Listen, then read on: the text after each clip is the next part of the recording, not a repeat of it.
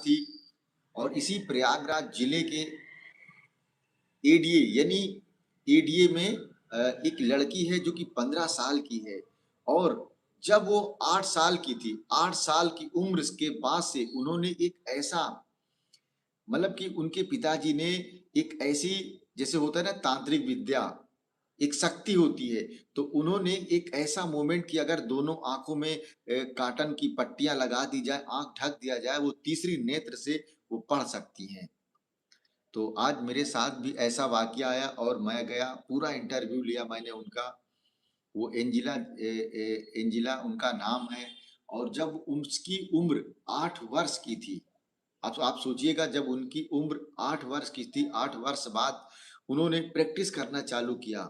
और सबसे बड़ी बात है कि जो उनके गुरु हैं, उनके पिताजी हैं, उनके पिताजी उनके गुरु हैं, जो उनको उनको उन्होंने इस स्टेज तक पहुंचाया है।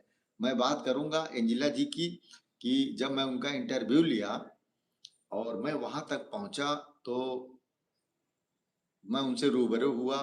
उन्होंने कहा कि गुरु हमारे पिताजी हैं।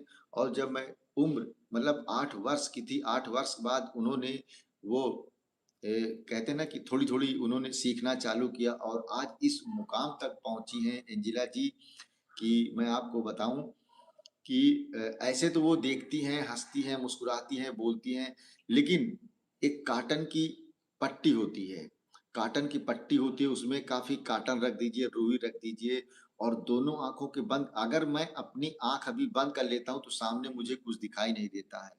जिस तरीके से आपने देखा होगा कि भोलेनाथ की तीसरी आंख यहाँ पर होती है, ठीक उसी प्रकार से एंजिला जी कि अगर आंखों को बंद कर दिया जाए तो वो उनको कुछ भी दे दीजिए, वो पढ़ लेंगी। मैंने एक सवाल किया था उनसे, एक 500 का नोट निकाला और मैंने कहा एंजिला जी आप एक बात बताइए कि ये मेरे पास एक कागज है। और वो मुस्कुरा रही थी। मैंने कहा ये मेरे पास कागज है और इस कागज को मैं आपको पकड़ा रहा हूँ, अब आप इसको देख करके बताइए कि ये कैसा कागज है। तो उन्होंने कहा कि भाई ये तो 500 रुपए का नोट है।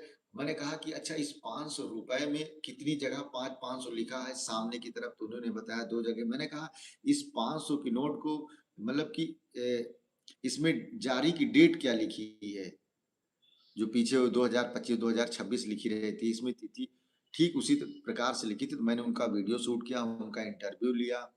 अच्छा लगा जो है मुझे कि ऐसे प्रतिभाओं की लोग खोज करते हैं, और ऐसी प्रतिभा इस उम्र में, अगर इस उम्र में वो